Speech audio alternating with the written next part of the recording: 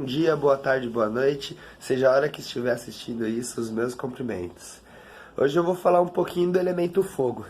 Eu lembrei de um momento que é bastante assimilático, que é o momento do nascimento de uma labareda. Ele é chamado de roncar do fogo.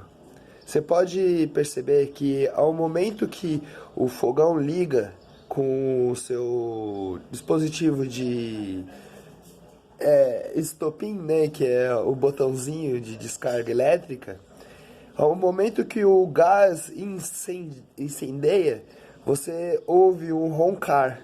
Esse roncar são as moléculas do ar vibrando numa frequência audível. Ela é uma frequência tão audível e alta que as moléculas sofrem o quê? Como que eu digo? Uma ativação. Elas ficam enriquecidas com energia, o que transmuta o fogo no ar. E o fogo precisa do ar para consumi-lo e ainda se manter aceso. Então, além do gás, o oxigênio em volta ali tem uma modificação, uma vibração. Não sei se vocês já perceberam, acima do fogo, acima daquelas regiões que estão muito quentes, o ar vibra.